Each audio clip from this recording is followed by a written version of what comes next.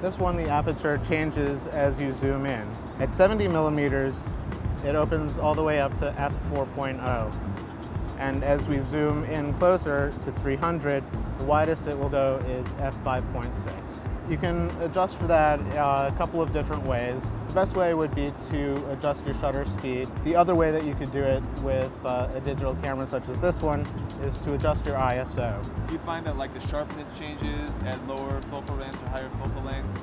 I have found that at the higher focal lengths between 200 and 300, the fine focus, you need to check that quite critically because it can quickly get very soft. The focus can still be very sharp, but you need to be very close with the way you check it. The image stabilization on this lens is nice. It's got two modes on it. One is for regular use, and the other one is for panning. And of course you can turn that on and off.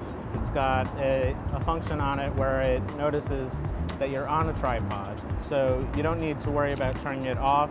On autofocus, the lens will move a bit, so you don't want to be touching it, and it will make a little bit of noise. When you put the filter on, I would suggest that you put the lens down all the way, you hold the focusing rings so they won't move, and you glide your filter on in the ring very smoothly. There's a focus lock on here. When you're not shooting, gravity, if you're holding your camera, it will let your lens shift down. It could bump into things, you could damage your lens. With the lock, it'll stay in place. It's nice because it starts at a high focal length at 70, and then as you extend it to 300, it gives you a nice close range and keeps you a little more distant, which is nice because you don't need to disturb your subject. You can let it do what it does naturally.